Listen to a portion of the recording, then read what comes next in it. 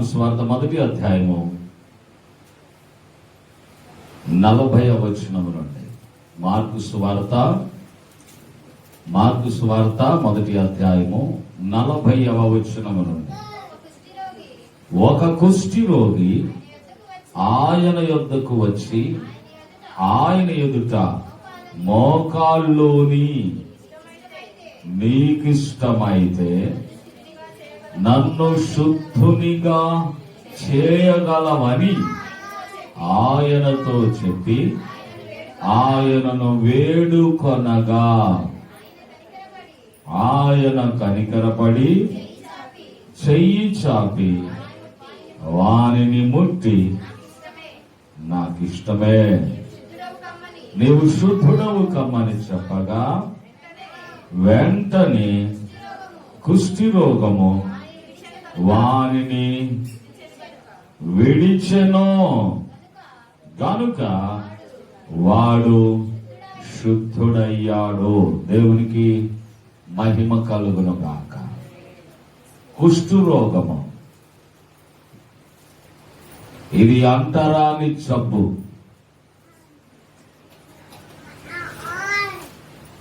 లేవియా కాండములో కుష్ఠరోగం వచ్చిన వారిని ఊరి వెలుపల ఉంచాలి అని ఒక నియమం ఉంది. అంటు రోగం, కుష్ఠరోగం అనేది ఒక అంటు వ్యాధి. అందుకే అట్టి వ్యాధిగ్రస్తులను ఊరి వెలుపల ఉంచుతారు, ఊరిలోకి వారిని అనుమతించరు. కుష్ఠరోగముతో ఉన్నటువంటి ఒక వ్యక్తి చాలా భయముతో, వణుకుతో గడపవలసిన పరిస్థితి. మీకు రాజుల గ్రంథములో ఒక కుష్ఠరోగి కనబడతాడు. అతడు జనములో, సమాజంలో ఉంటాడు. ఎలా ఉంటాడో మీకు తెలుసు కదా. అతను రోగాన్ని దాచిపెట్టుకొని బయటకు సైన్యాధిపతిలాగా వస్త్రధారణ కలిగి రోగం లోపల దాచుకుంటాడు. కుష్ఠరోగం బయటకు మాత్రం ఏ వ్యాధి లేని వాడిలాగా సైన్యాధిపతి. అతను సిరియా దేశమునకు సైన్యాధిపతి. అక్కడకు బానిసగా ఒక పాప వెళ్తుంది. ఆ ఇంట బానిస బ్రతుకుతుంది. యూదా దేశము నుండి బానిసలుగా కొనిపోబడిన ఒక పాప ఆ ఇంట ఉంటది. మీకు తెలుసా? సరే, నేను మీ చేత ఆ మాటలో చదివిస్తాను. సిరియా రాజైన, సిరియా దేశమునకు, సిరియా దేశములో రాజు దగ్గర ఒక సైన్యాధిపతి ఉన్నాడు. 5వ అధ్యాయం 2వ రాజుల గ్రంథం 5వ అధ్యాయం 1వ వచనం. సిరియా రాజు సైన్యాధిపతి అయిన నయమాను అను ఒకడున్నాడు.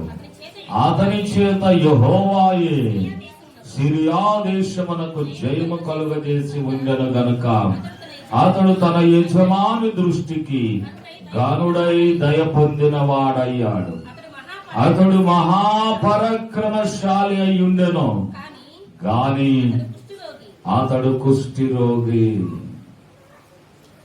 అతడు పరాక్రమవంతుడే కానీ రోగముంది అతనికి.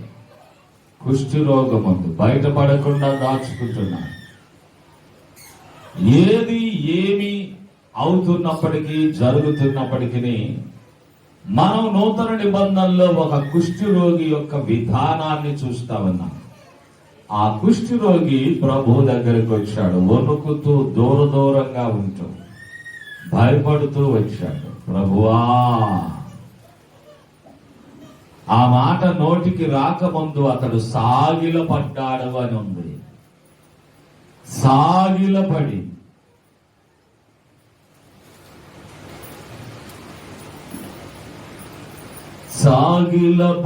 నమస్కారము చేసేదా, సాగిలపడి నమస్కారము చేసేదా నా మనసారని సన్నిధిలో సాగిలపడి నమస్కారము చేసేదా సాగిలపడి నమస్కారము చేసేదా. Praise the lord. దేవుని సన్నిధిలో ఏ వ్యక్తి అయినా సాగిలపడి నమస్కరిస్తే ఆ దేవాది దేవుడు ఆ స్థలాన్ని విడిచి ముందుకు సాగి వెళ్ళడు. చప్పట్ల కొట్టి దేవుడు స్తుతి. నీవు సాగిలపడి ఆయనకు నమస్కరించగలిగితే ఆయన ఆ చోటు విడిచి ఒక్క అంగుళం కూడా సాగి ముందుకు వెళ్ళడు. ఒక కుష్ఠరోగి ఆయన ఎదుటకు వచ్చి సాగిలపడ్డాడు. సాగిలపడిన ఆ వ్యక్తి మాట్లాడుతున్నాడు, అయ్యా ప్రభువా, నీకు ఇష్టమైతే నన్ను నీవు శుద్ధునిగా చేయగలవు, నీవు చేయగలవు, నీకు అసాధ్యమనేది ఏది ఉండదు, నీవు చేయగలవు. ఎవరికి చేయగలవు? ఏదైనా ఎవరికి చేయగలవు? నీకు ఇష్టమైన వారికి చెయ్యగలవు. ఈ వ్యక్తిని నీవు ఇష్టమైతే, ఇష్టపడగలిగితే ఆ వ్యక్తికి నువ్వు ఏదైనా చేయగలవు. నీకు ఇష్టం లేదు అనుకో, ఆ వ్యక్తి ఎంత మొరపెచ్చినా, ఎంత బ్రతిమలాడినా నువ్వేది చెయ్యవు. అందుకే దేవునికి మనం ఇష్టమై ఉండాలి. Praise the lord. దేవునికి మనం ఇష్టమై ఉండాలి అంటే మనం ఏమై ఉండాలి? మీ బంధువులకు మీరు ఇష్టంగా ఉండాలి. మీరు ఏమై ఉంటే ఇష్టపడతారు? మీరు గొప్ప భాగ్యవంతులు అయి ఉంటే మీరంటే చాలా ఇష్టం. ధనము నీకుంటే అందరూ వస్తారు, దరిద్రుడవైతే దరికెవ్వరు రారు. ధనము నీకుంటే అందరూ వస్తారు, దరికెవ్వరు రారు. ఎవరిని నమ్మినా ఫలితము లేదురా, ఎవరిని నమ్మినా ఫలితము లేదురా. యేసుని నమ్మితే మోక్షముందిరా, యేసుని నమ్మితే మోక్షముందిరా. ఎవరికి ఎవరు ఈ లోకంలో చివరికి యేసే పరలోకంలో. ఎవరిని నమ్మినా ఫలితం లేదు. ఎందుకని? ధనముంటే దగ్గరకు వస్తారు, దరిద్రత ఉంటే దగ్గరకు రానే రా. మన దగ్గర ఏదో ఉండాలి. ఏదైనా ఉంటేనే మనం ఇష్టపడతాం, ఏదైనా ఉంటేనే మనం ఎదుటి వారికి ఇష్టం అవుతాం. అందంగా ఉన్నామనుకో చాలా మంది ఇష్టపడుతుంటారు. రాజుబాబు అని అంటాడు, అందగాడివైనా అందరి మాటకారివైనా నాయకత్వమున్నా ఎంతటి ప్రేమతత్వమున్నా విద్యావేత్తవైనా తత్వవేత్తవైనా ఎంతటి శాస్త్రవేత్తవైనా తీష్టివైనా కోపిష్టివైనా టూరిస్టువైనా మార్గిష్టువైనా ఎవడమైతే మనకి అందగాడివైనా నువ్వు మాటగాడివైనా, అందగాడివైతే లోకానికి ఇష్టం. బా ఎంత అందంగా ఉన్నాడో, ఎంత అందంగా ఉన్నాడో. అందమో మోసం, సౌందర్యమో వ్యర్థం. కొంతమందికి అందం చూసి ఆకర్షణ, కొంతమందికి ధనం చూసి ఇష్టపడుతూ ఉంటారు, కొంతమంది బలం చూసి ఇష్టపడుతుంటారు, కొంతమంది బలగం చూసి ఇష్టపడుతుంటారు, కొంతమందికి పదవులు చూసి ఇష్టపడుతుంటారు, కొంతమంది చదువులు చూసి ఇష్టపడుతుంటారు, కొంతమంది గవర్నమెంట్ ఉద్యోగాలు చూసి.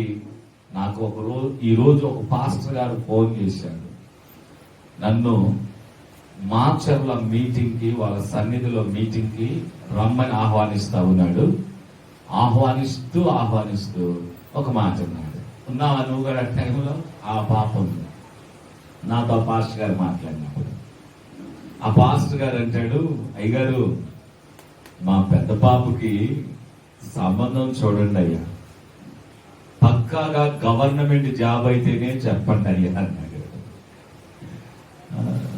నేను అసలు మా కాడికి వచ్చే వాళ్ళంతా ఏదో పేద ప్రజలు, నా బొట్టోడికి చెప్తే గవర్నమెంట్ ఉద్యోగస్తులు ఎవరు దొరుకుతాడో అనుకుంటున్నా. నొక్కి అడిగాను, ఆ అమ్మాయి ఉంది, ఇంకొక అమ్మాయి కూడా ఎవరో ఉంది, మొత్తం మీద నా దగ్గర గవర్నమెంట్ జాబ్. పాస్టర్ గారికి కూడా ఎవరు కావాలంట? Government job. సరే, ఆ పాస్టర్ గారికి నా హృదయపూర్వకమైన వందనం. ఎవరి ఆశ వాళ్ళకు ఉంటుంది, ఎవరి మనసు వాళ్ళ ఇష్టం, వదిలేద్దాం. ఎవరిని చూసి ఏం చూసి ఇష్టపడతారంటే, ఉద్యోగాలు చూసి కొంతమంది, చదువులు చూసి కొంతమంది, పదవులు చూసి కొంతమంది, రంగు చూసి కొంతమంది, అందం చూసి కొంతమంది. బా నలుపైతే ఏమి ఎంత చక్కగా కోటేరేసినట్టుందో కొంతమంది అలా ఇష్టపడుతుంటారు. ఓకే, ఏదేమైనప్పటికీ మనకి ఇవన్నీ అనవసరం. కానీ మన దేవునికి మనం ఇష్టం అవ్వాలంటే హెబ్రీ పత్రిక 11:6 ఏమని వ్రాయబడిందంటే, హెబ్రీ పత్రిక, విశ్వాసము నీ దగ్గర లేకపోతే దేవునికి నువ్వు ఇష్టంగా మారడం అసాధ్యము. విశ్వాసము ఉన్న వ్యక్తిని చూస్తే యేసయ్యకు ఇష్టమవుతాం. వాడు కురీపులో ఉన్నా, వాడు కుష్టు రోగంలో ఉన్నా, వాడు అందంగా ఉన్నా, వాడు అడుక్కు తింటున్నా, వాడు ఎలా ఉండాలి? విశ్వాసంతో ఉండాలి. ఆవిడ ఎలా ఉండాలి? విశ్వాసము కలిగి ఉండాలి.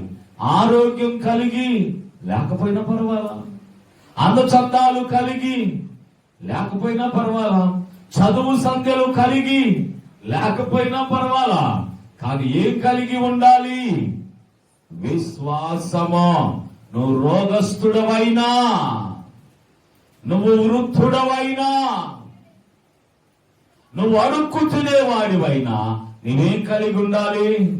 విశ్వాసమును కలిగి ఉండాలి. అప్పుడు నువ్వు దేవునికి ఇష్టంగా మారిపోతావు.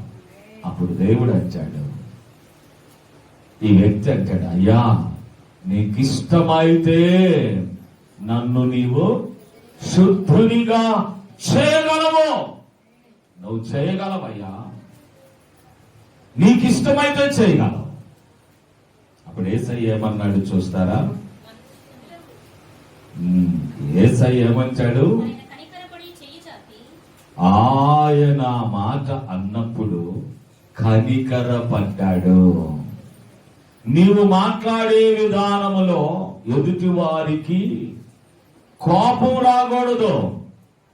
ఒక్కొక్కరు మాట్లాడుతుంటే ఒళ్ళు మండిపోతా ఉంటది, మనకి చేయగలిగింది లేదు. ఇక ఒక పక్కనే పాస్టర్ అయిపోయాం, ఒక పక్కనే యేసు ప్రభువుని నమ్ముకున్న వాళ్ళం అయిపోయాం. యేసు ప్రభువుని అడ్డం పెట్టుకుని అమ్ముకునే వాళ్ళమైతే ఏం చేసినా చలామణి అయ్యేది. కానీ యేసు ప్రభువుని మనం నమ్ముకున్నాం గనక ఒక్కొక్కరు మాట్లాడుతున్నప్పుడు కోపం వచ్చేస్తా ఉంటది, ఆవేశం కట్టలు తెచ్చుకొని అసలు పొరిగిపోవాలన్నంతగా వస్తుంది. ఆయన కంట్రోల్. దేవుని వాక్యం మనల్ని ఏమంటది? కంట్రోల్ కళ్ళెం పెట్టి ప్రభువారు మనల్ని కంట్రోల్ చేస్తాడు. Praise the lord. మీరు కూడా అంతే. మీరు ఒక్కొక్కరు మాట్లాడుతున్నప్పుడు మీకు అసలు కోపం రగిలిపోతామంటది. అయినా మీరేం చేయాలి? కంట్రోల్ అవుతూ ఉండాలి. నేను అంటాను, కోపం వచ్చేటట్లుగా మాట్లాడబాకండి. కొంతమందికి వ్యసనం వచ్చేటట్లుగా మాట్లాడుతూ ఉంటారు. ఎదుటి వారికి మన మీద వ్యసనం పుట్టేటట్లుగా మాట్లాడుతూ ఉంటారు. వ్యసనం ఎలా పుట్టింది? ఒక చిన్న మాట చెప్తాను. 2 కుటుంబాలు ఉన్నాయి. మొదటి కుటుంబం అంత ఆర్థిక సామర్థ్యం కలిగిన కుటుంబం కాదు. రెండో కుటుంబం కాస్తంత సామర్థ్యం కలిగిన కుటుంబం. మొదటి కుటుంబం అంత అందంగా ఉన్న వాళ్ళేమి భార్య భర్తలో కాదు. రెండో కుటుంబం చూడ్డానికి ఇద్దరు ముచ్చటైన జంటగా ఉన్న కుటుంబం. రెండో కుటుంబంలో ఆర్థిక సామర్థ్యం ఉంది, కాస్త చూడముచ్చటైన జంటగా ఉంది. ఇప్పుడు చూడండి, వీళ్ళు మొదటి కుటుంబం ఆర్థికంగా లేరు, కాస్త చూడడానికి చూడముచ్చటగా లేరు. ఇప్పుడు వీళ్ళు మధ్యలో మాట్లాడుతూ ఉన్నప్పుడు వీళ్ళిద్దరు ఒకింటి కోడళ్ళు లేకపోతే ఒకింటి అల్లుళ్ళే అనుకుందాం. ఇప్పుడు ఎవరిని చూసి ఎవరు ఎక్కువగా మాట్లాడుతుంటారు, ఎవరిని చూసి ఎవరు ఎక్కువగా పొగుడుతుంటారు ఈ ఇద్దరి జంటల్లో అని అంటే సహజంగా కాస్త బాగున్నా. ఎట్టయినా మా పెద్దలుడు కాస్త ఏదన్నా మాకు బాగా ఇబ్బంది అయిందంటే కాస్త చెయ్యి అందించగలడండి. మరి చిన్నాలుడా ఎట్లయినా పెద్దలుడు కాస్త మా పెద్ద కూతురు పెద్దలుడు కాస్త అలా చిలక గోరికల్లాగా వెళ్తా ఉంటే చూడముచ్చట కొట్టదండి, చెప్పుకుంటారు కదా. మరి చిన్నలుడు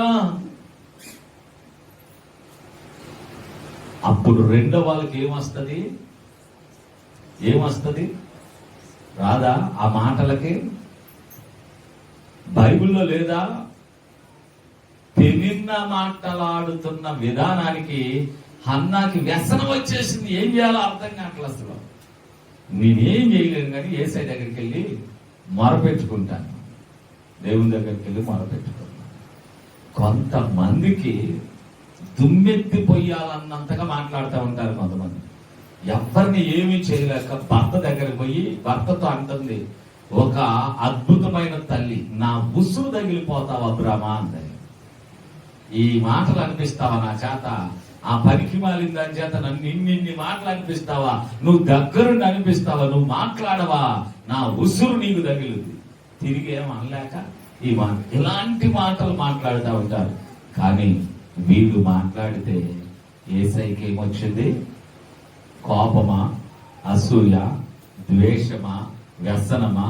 ఏమొచ్చింది యేసయ్యకు? కనికరం వచ్చింది. ఎందుకో తెలుసా? వాడు మొదట సాగిల పడ్డాడు, రెండవదిగా దేవుని ఇష్టాన్ని ఎరిగాడు, మూడవదిగా మనవి చేశాడు, బ్రతిమలాడాడు, వేడుకున్నాడు. అయ్యా, మాట్లాడే విధానం కూడా ఉంటదండి. అమ్మా అనే చోట అమ్మా అంటే ఏదో కాస్త గ్లాస్ నీళ్ళుది అమ్మా అన్న. ఆ మాట అమ్మ అంటే సరిపోయింది. దాన్ని ఇంకేదన్నా అంటే ఆ మాటని మా ఇంట్లో గ్యాస్ అయిపోయింది లేదా అనరా? గ్యాస్ ఉన్నా నేను మాట్లాడే విధానం కుదరలేదనుకో ఏమంటారు? ఇంట్లో గ్యాస్ అయిపోయింది. మాట్లాడే విధానం. ఆ పక్కన కొంతమంది వచ్చి ఇది పాపం చేస్తే మా కంటబడితే దీన్ని తీసుకొచ్చి నీ ముందు పెట్టాం, దీన్ని ఏం చేస్తావో చెయ్యి. మోషే ధర్మశాస్త్రమేమో రాళ్లతో కొట్టి చంపమంది దీన్ని. అప్పుడు యేసు ప్రభువారు అన్నారు, మీలో పాపం చేయని వాడు రాయేయంటే ఒక్కడు లేడు, అందరూ వెళ్ళిపోయాడు. అప్పుడు అందరేమో ఇది అది దీన్ని దాన్ని అన్నారు. కానీ యేసయ్య ఏమన్నాడు? అమ్మా, ఇంకెప్పుడు నువ్వు మాట్లాడే విధానం పద్ధతిగా మనం మాట్లాడితే, పద్ధతిగా ఎదుటి వారిని గౌరవిస్తే, పద్ధతిగా సంబోధిస్తే మనకు రిప్లై మంచి ఆధ్యాత్మిక సంతోషాన్ని ఇచ్చే జవాబు దొరుకుతుంది ఎదుటి వారి నుంచి. పిలిచి చెప్పండి, పిలిచి, ఈ మాట ఎప్పుడు మీరు వెళ్ళాలి. పిలిచి పిలిపించుకోవాలి, పిలిచి పిలిపించుకోవాలి. మనం గౌరవంగా ఎదుటి వారిని పిలిచి మనం కూడా గౌరవంగా పిలిపించుకోవాలి. మనం ఎట్టేమంటే తిట్టామన్నట్టుగా చేతులుగా పిలిస్తే రేపొద్దున వాళ్ళు కూడా ఏమంటారు, ఏడే భాష గారా ఎంతేమని వచ్చే ఏందేమో నమ్మంటావా అనరా వ్యంగ్యంగా. నేను వ్యంగ్యంగా నేను చేతులుగా మాట్లాడితే నాకు రిప్లై ఎలా వస్తుంది? నేను గౌరవంగా మాట్లాడితే అలా మాట్లాడడానికి ధైర్యం సాహసం వస్తుందా? సేవకుడు మాట్లాడే విధానమైన లేదా మీరు మాట్లాడే విధానమైన పిలవండి, పిలిపించుకోండి. Praise the lord. ఇప్పుడు ఈ వ్యక్తి యేసయ్య ఎదుట సాగిలపడి, అయ్యా ప్రభువా నీకు ఇష్టమైతే నన్ను శుద్ధునిగా చేయగలవని ఆయనను వేడుకున్నాడు, ప్రాధేయపడ్డాడు, బ్రతిమలాడాడు, దీనంగా అడిగాడు. అప్పుడు స్పందించాడు యేసయ్య. ఎలా? ఆయన కనికరపడి చెయ్యి చాపి వానిని ముట్టి, నాకిష్టమే, నీవు శుద్ధుడవు కమ్మో, నాకిష్టమే, నేను నిన్ను చూడగానే నీ విధానాన్ని బట్టి, నీ నడకను బట్టి, నీ మాట తీరును బట్టి, నీ క్రియలను బట్టి నాకు నీ మీద కనికరం వచ్చింది. నీకున్న పరిస్థితిని చూసి నేను నీ మీద కనికరపడి నేను నీతోనే చెప్తున్నాను, నిన్ను బాగు చేయడం నాకు ఇష్టమయ్యింది, కనుక నీవు శుద్ధుడవు కమ్మో అనగానే వెంటనే వాని కుష్టు రోగం వానిని విడిచి పారిపోయింది. చప్పట్లు కొట్టి దేవుని స్తుతించండి. మనం ఏదైనా బలహీనంగా ఉన్నా, మనం ఏదైనా సమస్యల్లో ఉన్నా, మనం ఏదైనా వ్యతిరేకతల గుండా వెళ్తున్నా, మనం కూడా యేసయ్యను సమీపించాలనేది మొదటి విషయం. మనకున్న ప్రతి సమస్యను ఎక్కడికి తీసుకువెళ్ళాలి? ఫస్ట్ యేసయ్య దగ్గరకు, దేవుని దగ్గరకు తీసుకెళ్దాం. తీసుకువెళ్ళినప్పుడు మనం ఎలాంటి విధానం ఆ దేవాది దేవుని దగ్గర ప్రదర్శించాలి? ఆ వ్యక్తి కుష్ఠరోగి అతడు యేసయ్యను ఎదుర్కొని ఏమంటున్నాడంటే, అతని దగ్గర మొదట సాగిలపడ్డాడు, సాష్టాంగపడ్డాడు. రెండవదిగా, అయ్యా ప్రభువా నీకిష్టమైతే నన్ను నువ్వు శుద్ధునిగా చెయ్యగలవయ్యా అంటే దేవుని సామర్థ్యం ఏమిటో దేవునికి తెలియచేస్తూ మాట్లాడాడు.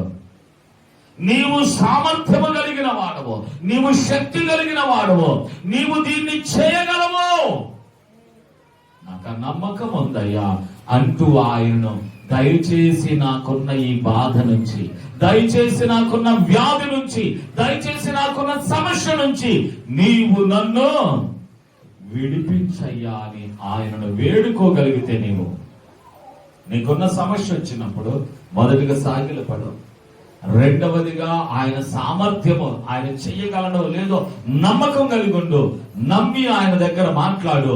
మూడవదిగా బ్రతిమలాడు, ప్రాధేయపడు, దీనంగా తగ్గించుకొని అడుగు, ప్రభువా నువ్వు చేయగలవయ్యా, నువ్వేదైనా సామర్థ్యంతో చేయగలవు, నీకు అసాధ్యం అనేది లేదయ్యా, దయచేసి నా మీద కనికరం చూపించి, నా మీద జాలి చూపించి, నాకున్న ఈ జబ్బు నుంచి, నాకున్న ఈ సమస్య నుంచి, నాకున్న ఈ వ్యతిరేకత నుంచి ప్రభువా నీవు నన్ను విడిపించి బయటకు తీసుకురా ప్రభు అని ప్రాధేయపడి అడిగితే, యేసు ప్రభు వారు మన మీద మొదట కనికరపడతాడు. కనికరపడి ఆయన చెయ్యి చాపుతాడు.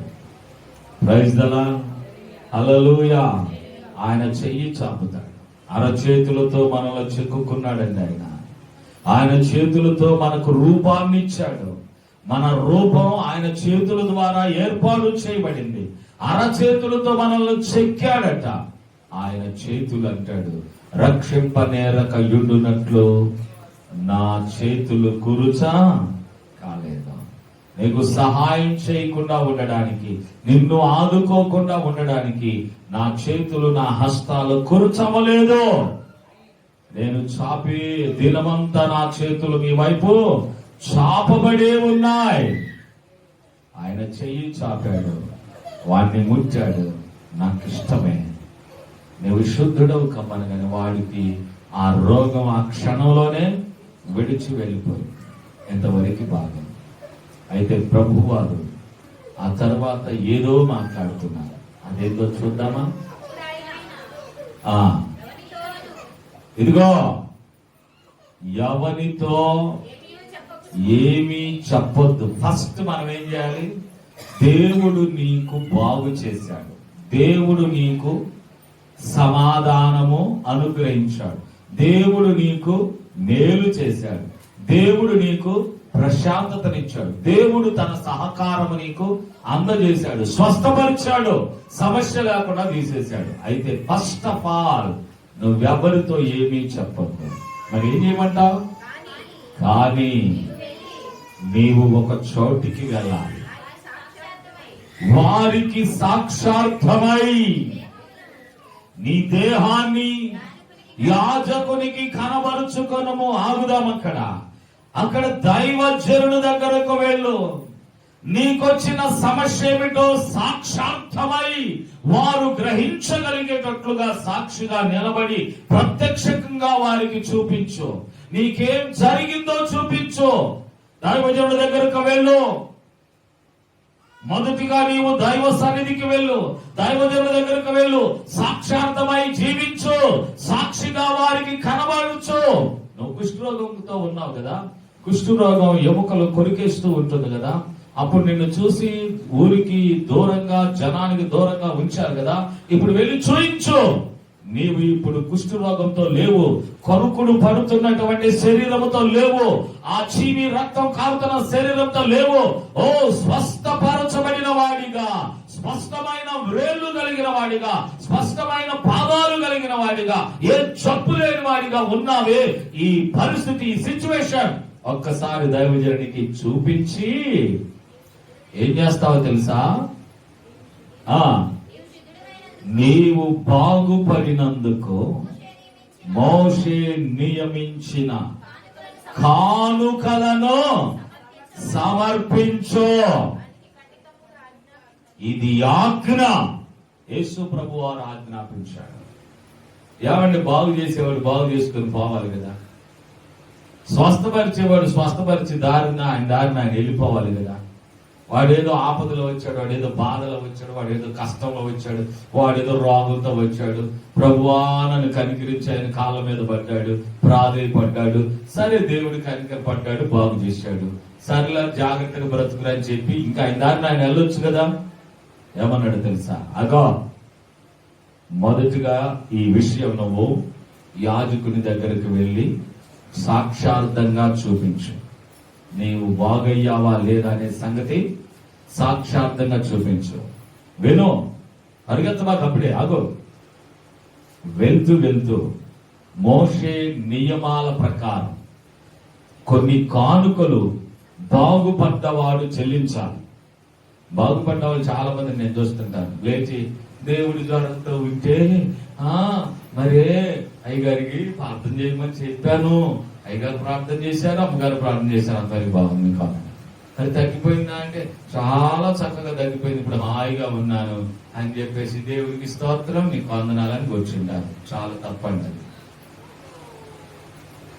నిజంగా చెప్తున్నాను, చాలా తప్పు. ఇప్పుడు కూడా మేము కొన్ని రూల్స్ నీ దగ్గర పెట్టలేకపోవచ్చు, కానీ ఖచ్చితంగా సాక్ష్యం చెప్పిన ప్రతి ఒక్కరూ ప్రత్యేకమైన కృతజ్ఞత కానుక బాక్సులు వేస్తారు.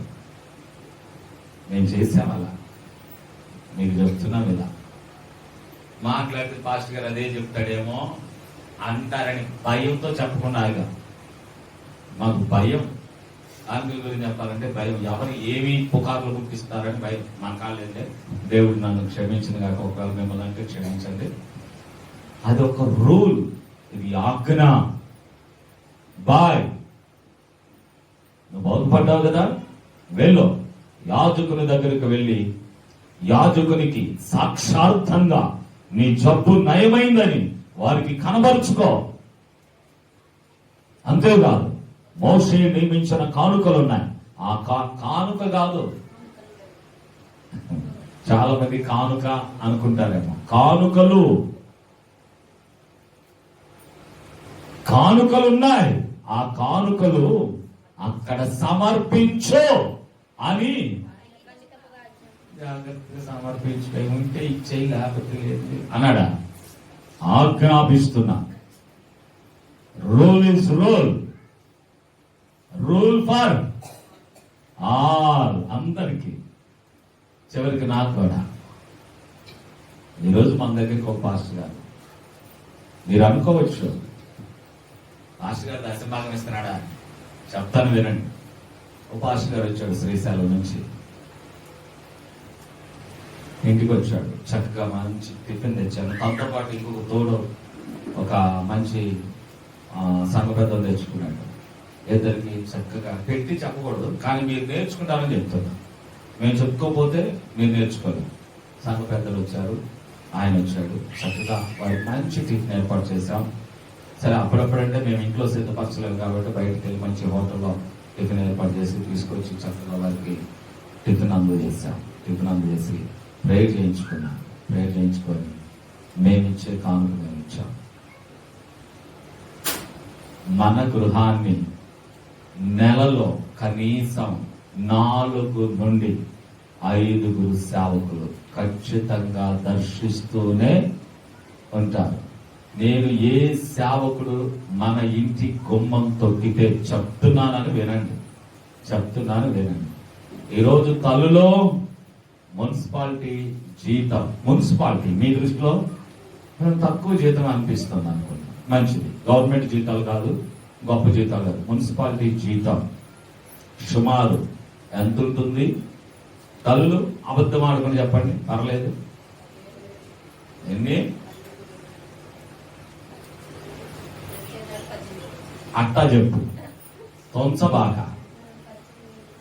18,000 రూపాయలు మున్సిపాలిటీ వాళ్ళు సంపూర్ణంగా జీతం కలిగి ఉంటే, రోజుకొచ్చి మున్సిపాలిటీ పనిచేసే ఆ బిడ్డకు 600 రూపాయలు ఒక్కరోజు కూలి. అంతేనా? 600.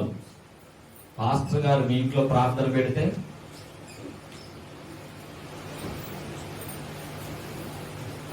ఊరికి అడిగాను, ఏమనుకోవాలి.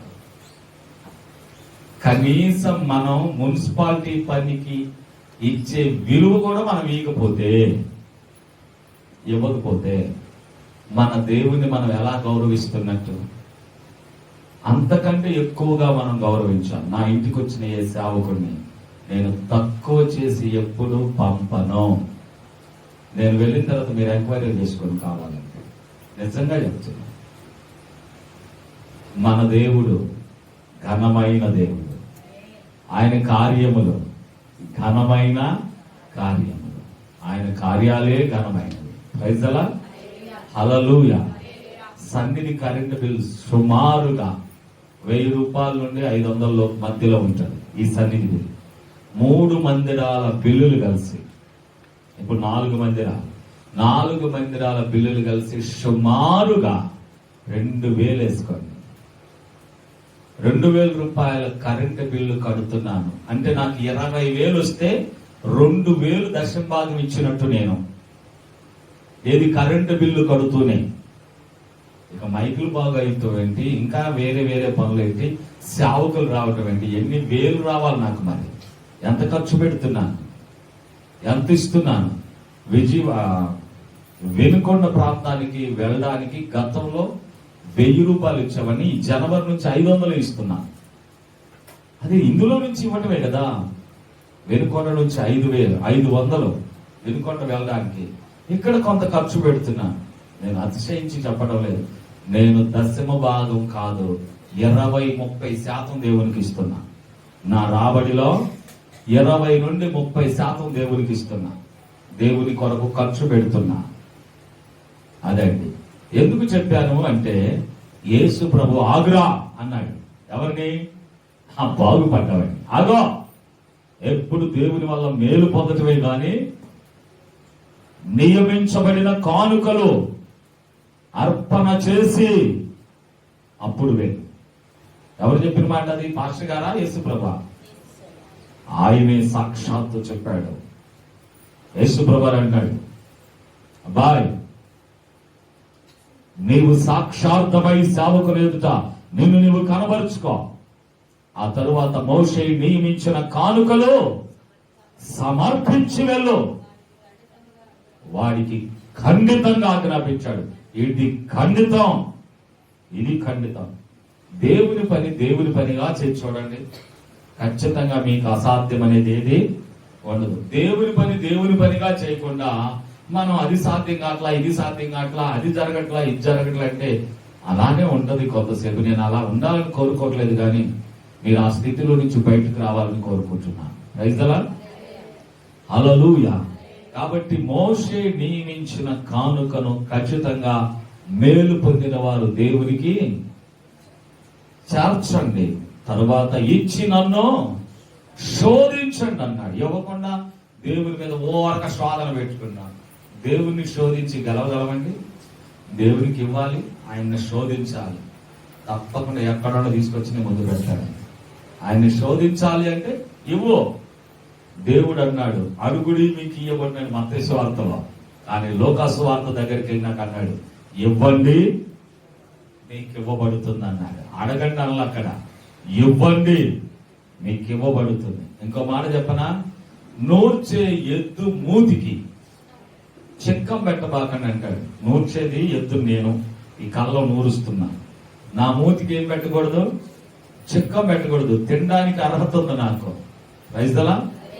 ఆ విధానాన్ని మనం చెయ్యాలి అని యేసు ప్రభు వారు స్పష్టముగా ఖండితంగా ఆ కుష్ఠరోగికి చెప్పాడండి.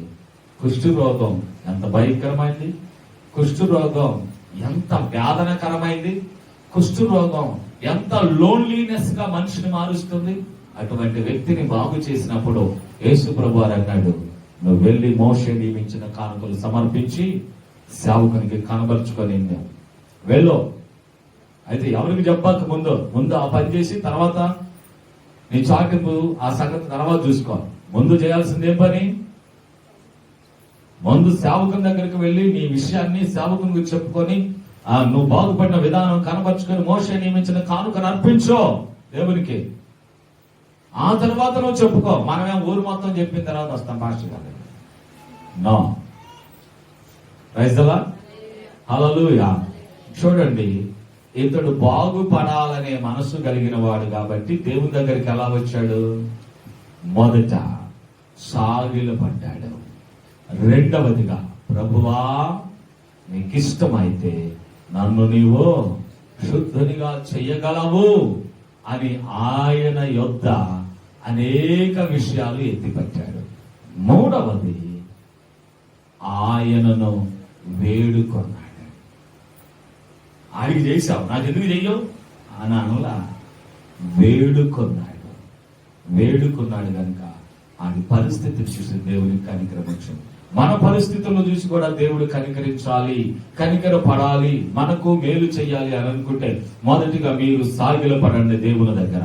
సాగిలపడి నమస్కారం చేయండి దేవుని యొద్ద. ఎక్కడో సాగిల పట్టలేదు, మన జీవము కలిగిన దేవుని ఎదుట మనము సాగిల పడితే, ఆయనను ఘనపరిస్తే, ఆయన గనుడు, మహోన్నతుడు, ఆయన పరాక్రమవంతుడు, పరాక్రమశాలి, సైన్యములకు అధిపతి యెహోవా, పరమ వైద్యుడు, ఆయన సమస్త రోగాలను బాగు చేయగలవాడని ఆయన హెచ్చిస్తూ, అయ్యా నీకు ఇష్టమైతే నన్ను బాగు చేయ్యా, నీకు ఆయాసకరమైన దారి నాలో ఉందేమో తీసివేయి ప్రభువా, నీకు ఇష్టం లేని తలంపులు నాలో ఉన్నాయేమో తొలగించు ప్రభువా, నీలో ఫలించడానికి అడ్డుపడుతున్న పనికిరాని తీగలను తుంచేయి ప్రభువా అని ప్రార్థన చేయాలి. ప్రాధేయపడాడు, అయ్యా నన్ను బాగు చేయాలని. ఖచ్చితంగా ఆయన మనలను స్వస్థపరుస్తాడు. స్వస్థపరిచిన తర్వాత మనం ఏం చేయాలో తెలుసుకున్నారా? ఏం చేయాలి? మీరు చెప్పాలి. నేను చెప్పాను నాకు జాతనైన వారికి, మీరు చెప్పండి. స్వస్థపడ్డ తర్వాత మీరేం చేయాలి? మొదట వెళ్ళి సేవకునికి మిమ్మల్ని మీరు కనబరుచుకోవాలి. తర్వాత ఏం చేయాలి? మోషే నియమించిన కానుకలను సమర్పించాలని ఆజ్ఞ పొందారు మీరు. ఇది ఆజ్ఞ, బతిమలాటం కాదు, ఆజ్ఞ. ఆజ్ఞ మీరితే పాపమే. ఆజ్ఞ అతిక్రమమే పాపం. ఆజ్ఞ అతిక్రమమే పాపం. కాబట్టి ఆజ్ఞ ప్రకారంగా జీవించండి. ప్రభు మీకు ఏ రోగమైనా ఇట్టే బాగు చేస్తాడు. చాలా మంది కుష్ఠరోగులు ఉంటారు, అంటరాని జబ్బులతో. కొంతమందికి కొల కుష్టి ఉంటుంది. ఏం కుష్టి? కొలం. వారి కొలం అయితేనే ఇష్టం, ఉండదా? నాకు తెలిసి ఈ బొమ్మరాలు వసంతరాయపురంలో ఎన్ దాస్ బాబు గారు ఎవరైనా కృపామయుడు మినిస్ట్రీ ఆయన ఉండేవాడు. అయ్యా మీకు తెలుసు కదా, కృపామయుడు మినిస్ట్రీ దాస్ బాబు గారు.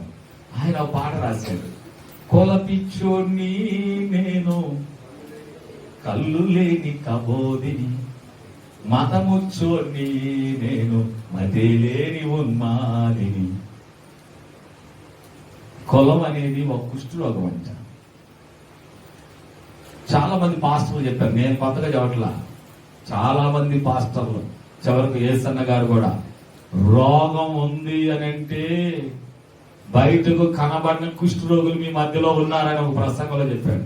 అదేం కుష్ఠరోగం తెలుసా? ఒకడికి కులం కుష్టి, ఒకడికి ధనం కుష్టి, ఒకడికి మతం కుష్టి, ఒకడికి జనం కుష్టి, ఇంకొకటికి బలం కుష్టి. అన్ని ఇట్లాంటి సున్నా, చివరిలో సున్నా వచ్చేటట్టుగా కులం, మతం, జనం, ధనం, బలం అట్లా చెప్పుకుంటూ వచ్చారు. ఈ కుష్ఠరోగులు ఇక్కడ చాలా మంది ఉన్నారు అన్నాడు. వాళ్ళని కొద్దిగా దూరంగా పెట్టండి అమ్మా, వాళ్ళు మనలో ఉంటే మన అందరికి అంటిస్తారా జబ్బు? ఇప్పుడు చెప్పండి, మనలో ఉండొచ్చా ఈ కుష్ఠరోగం? వాడిని అనుకున్నా, వాడిని పెడుతున్నాం దూరంగా. నో, అసలు పెట్టాల్సింది మనల్ని.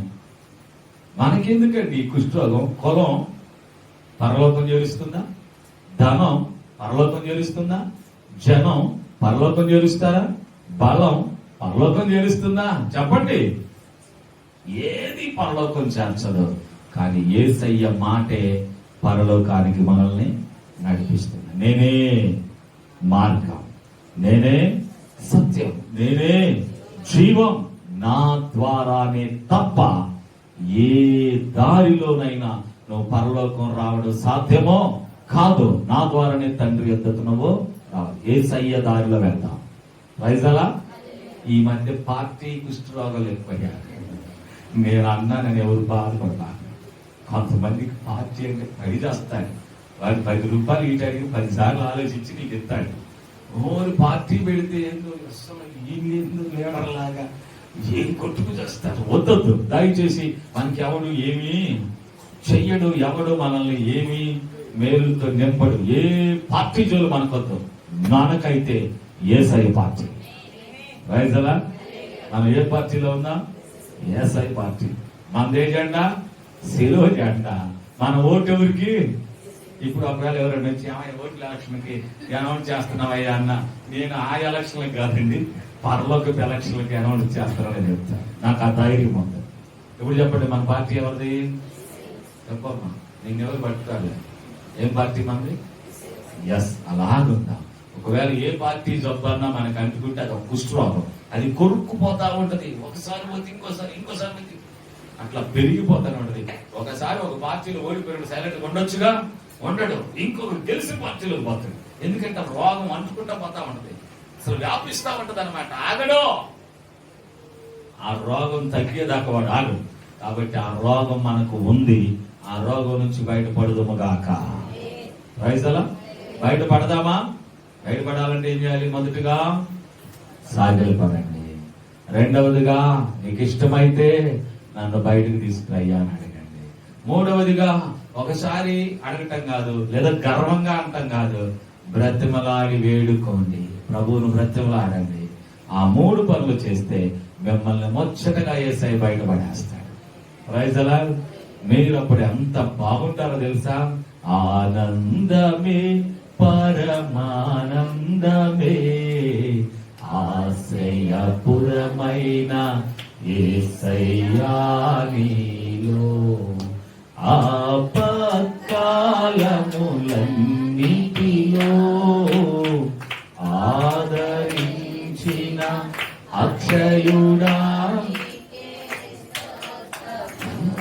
ఉందో చూడండి. ఆనందం, యేసయ్యలో ఉంటే ఆనందం. నువ్వు ఏ పార్టీలోకి పోయినా టెన్షనే. వాడేమంటున్నాడు, ఈడేమంటున్నాడు, వాడేటొస్తాడు, ఈడేటొస్తాడు. యేసయ్యలో ఉందుము గాక. Praise the lord, praise the lord, hallelujah, hallelujah. ఇప్పుడు కుష్ఠ రోగమే కాదు, ఏ రోగం వచ్చినా మొదట మనం ఏం చేయాలి?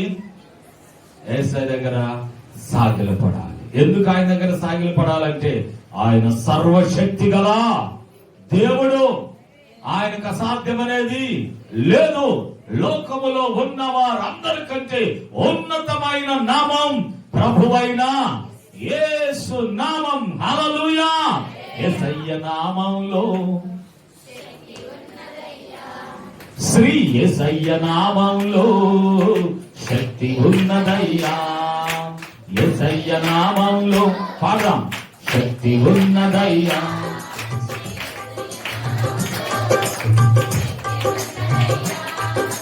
నమ్మితే చాలు నీవు పొందుకుంటావు శక్తిని. నమ్మితే పొందుకుంటావు శక్తిని. యేసయ్య నామంలో, ఓ యేసయ్య నామం శక్తి ఉన్నదయ్యా. శ్రీ యేసయ్య నామంలో పాపాలను క్షమించే శక్తి కలిగినది యేసయ్య నామం. పాపిని పరిశుద్ధపరచే, పాపాలను క్షమించే, పాపిని పరిశుద్ధపరచే యేసయ్య నామంలో, శ్రీ యేసయ్య నామంలో రోగికి స్వస్థతనిచ్చే, రోగికి స్వస్థతనిచ్చే యేసయ్య మన యేసయ్య నామంలో. యేసయ్య స్వస్థపరచగలరు. ఎంత జబ్బైన పర్లా, ఎంత అంటరాని రోగమైన పర్లా, రండి యేసయ్య దగ్గరకు, సాగిలపడండి అంటాడు. నీ విశ్వాసం నిన్ను బాగు చేస్తుంది అంటాడు. వారిని చూసి ఇష్టపడ్డాడు యేసయ్య. వారి విధేయతను చూసి ఇష్టపడ్డాడు యేసయ్య. వారి బ్రతిమలాడే విధానాన్ని చూసి ఇష్టపడ్డాడు యేసయ్య. వారు చేస్తున్న క్రియలు చూసి ఇష్టపడ్డాడు యేసయ్య. వారు నడుస్తున్న నడతను చూసి ఇష్టపడ్డాడు యేసయ్య. వారు కలిగి ఉన్న జబ్బును చూసి కనికరపడ్డాడు యేసయ్య. యేసయ్య కనికర పడేటట్టుగా మన మాట తీరు, నడక తీరు, చూపు తీరు, ఆలోచన తీరు మార్చుకోగలిగితే అది ఎంత వ్యాధైనా దేవుడి చిటికలో